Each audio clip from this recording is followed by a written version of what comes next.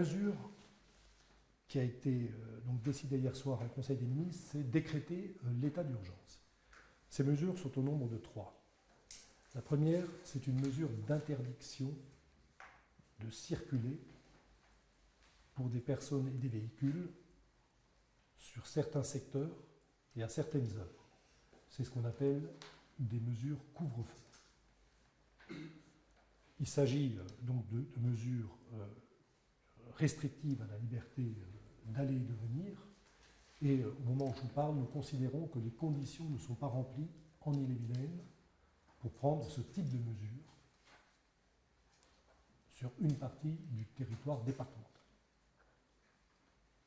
Les choses peuvent évoluer, mais au moment où je vous parle, je n'envisage pas de prendre d'arrêté couvre-feu. La deuxième mesure est une mesure qui permet de réglementer le séjour et la circulation des personnes dans des zones qu'il faut protéger, dans des zones où il faut renforcer la sécurité.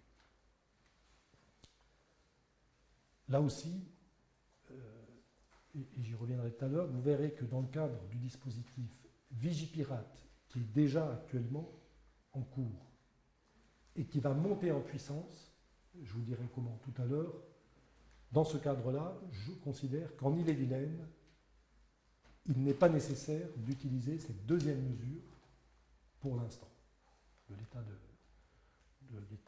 d'urgence.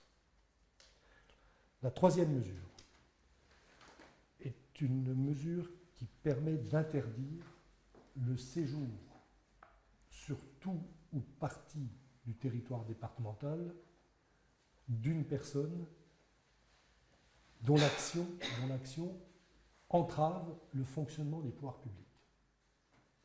Je vais prendre un exemple.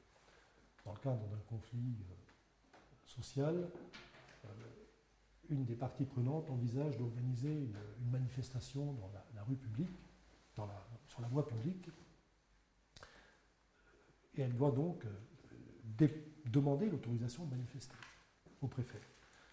Je pourrais considérer que cette manifestation sur la voie publique entrave l'action des pouvoirs publics parce que dans ces situations particulières, j'ai besoin d'avoir d'axes de circulation libérés. Et donc je pourrais interdire ce type de manifestation.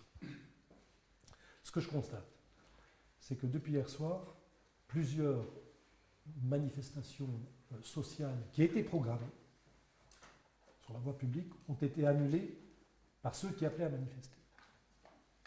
Donc,